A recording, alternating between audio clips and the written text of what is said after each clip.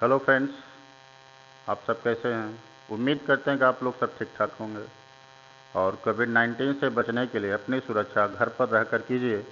आज online classes के माध्यम से आर्यन सिंह इंटरमीडिएट कॉलेज मीरापट्टी उतराव इलाहाबाद से मैं एक्सरसाइज 1.3 मैथ का लाया हूं। उसमें पहला क्वेश्चन है कि सिद्ध कीजिए कि √5 एक अपरिमेय संख्या है। तो ध्यान दीजिए, इस टाइप का question very very very very important question है।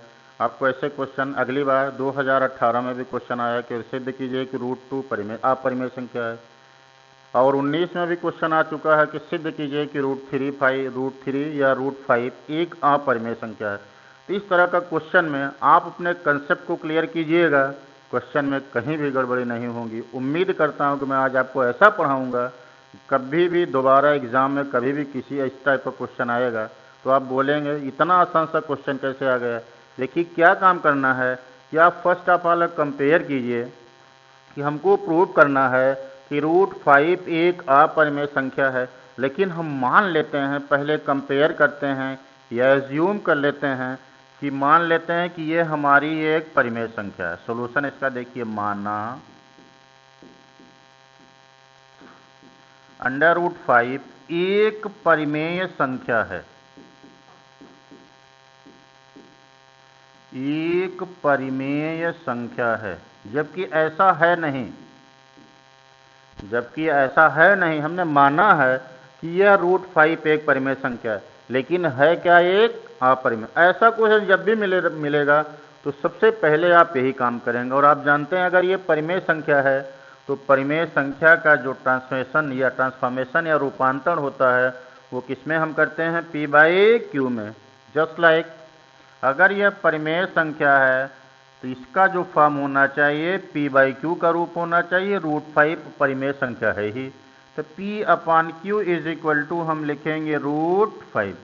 क्या काम करते हैं, इसका हम तिर्यक का गुणा कर लेते हैं। जब गुणा करते हैं तो p इज इक्वल टू मिल जाएगा q इंटू √5। इसी तरह से यहाँ कोई भी नंबर हो सकता है, 2 भी हो सकता है, 3 भी हो सकता है, 5 भी हो सकता है, 6 भी हो सकता है, 7 भी हो सकता है, 8 भी हो सकता है, 10 हो सकता है, 11।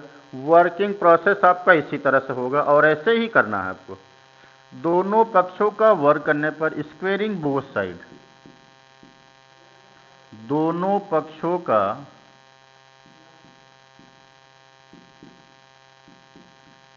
वर्ग करने पर, जब दोनों पक्षों का हम वर्ग कर देते हैं तो p² इज इक्वल टू मिल जाएगा 5q²। अब इससे यह मालूम चल रहा है कि जो 5 है वो p² को भी डिवाइड करेगा। मीन्स इसका मतलब है q² इस तरफ आएगा तो 5 जो q होगा वो 5² से डिवाइड हो जाएगा। इसका मतलब हुआ, इसलिए 5p² को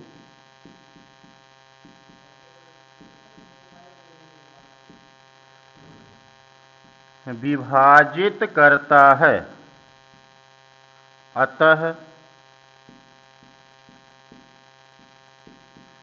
5p को भी विभाजित करेगा, p को भी विभाजित करेगा।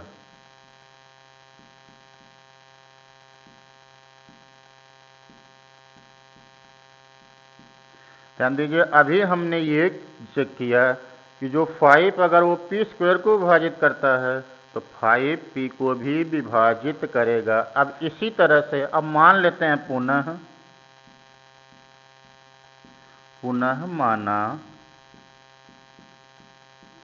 p बराबर 5m, p की वैल्यू अगर हम 5m पुट कर देते हैं और इक्वेशन इसको फर्स्ट लेट कर लेते हैं तो इसमें इस वैल्यू को पुट कर देते हैं तो इसमें जब इसका मान रखेंगे तो ये 5m का whole square is equal to मिल जाएगा 5q²।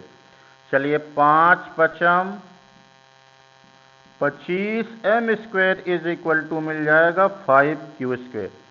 5 को काट दीजिए, 5×5 25 हो जाएगा, तो ये वैल्यू मिल गई आपकी 5m² is equal to Q²। अब इससे यह मालूम चल रहा है, जस्ट लाइक इस तरह का क्वेश्चन बना, तब इसको नेक्स्ट स्टेप में क्या लिखना है, इसका मतलब यह है कि 5Q² को विभाजित करेगा तो 5Q को भी विभाजित करेगा।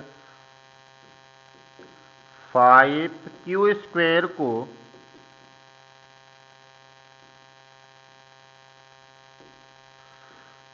विभाजित करता है तो 5Q को भी विभाजित करेगा।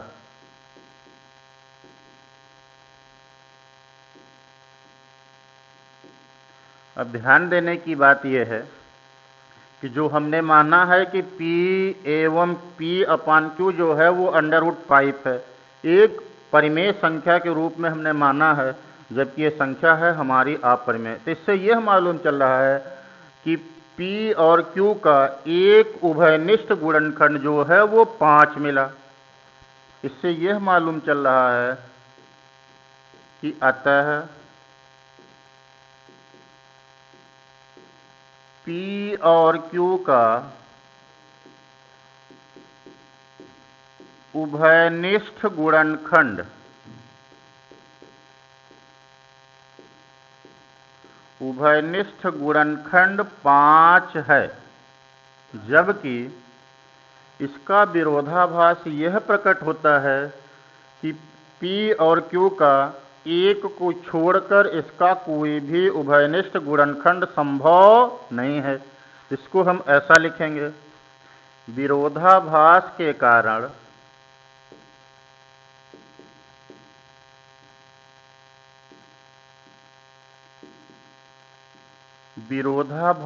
कारण यह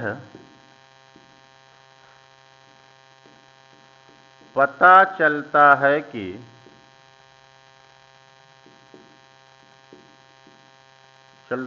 कि P और Q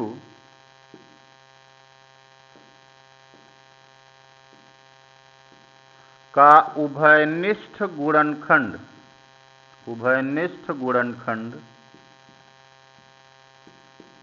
एक के अतिरिक्त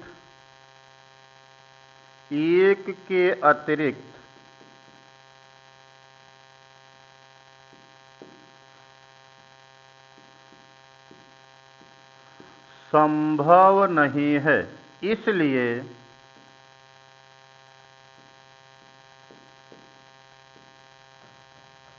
इसलिए की गई कल्पना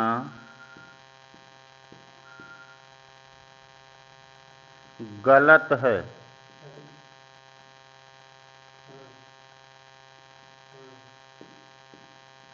अतः √5 एक अपरिमेय संख्या है।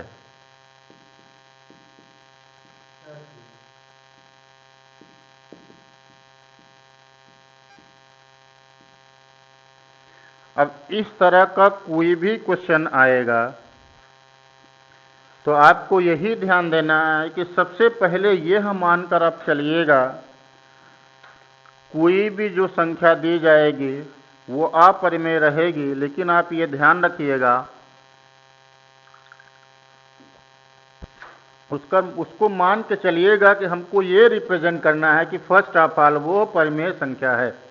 तो इस तरह का क्वेश्चन 5 भी हो सकता है, हमने बताया 2 भी हो सकता है, 3 भी हो सकता है, 6 भी हो सकता है, 7 भी हो सकता है, 5 भी हो सकता है। ऐसे क्वेश्चन मिलेंगे तो सबसे पहले आपको यह मान के चलना है कि जो दी जाएगी संख्या वो अपरिमेय रहेगी, लेकिन हमको कल्पना कर लेनी है कि यह परिमेय संख्या होगी। परिमेय संख्या का जो ट्रांसफॉर्मेशन में से होता है, रूपांतरण होता है, उसको हम P/Q में करते हैं। जब P/Q में कर लेंगे उसका हम स्क्वेयरिंग कर देंगे, और स्क्वेयरिंग करने के बाद ये कंफर्म हो जाएगा कि जो डिजिट आएगी अगर वो पहले को विभाजित करती है, वर्ग को विभाजित करेगी तो संख्या को विभाजित करेगी। दूसरी डिजिट भी यही करना है।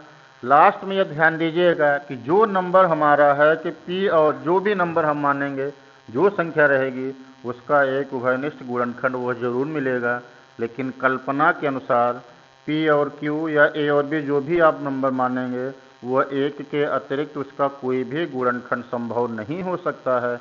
इसलिए आपकी की गई जो कल्पना होगी वो आपकी त्रुटिपूर्ण होगी। अतः इससे यह मालूम चलेगा कि जो दी गई संख्या है वो हमारी अपरिमेय संख्या होगी।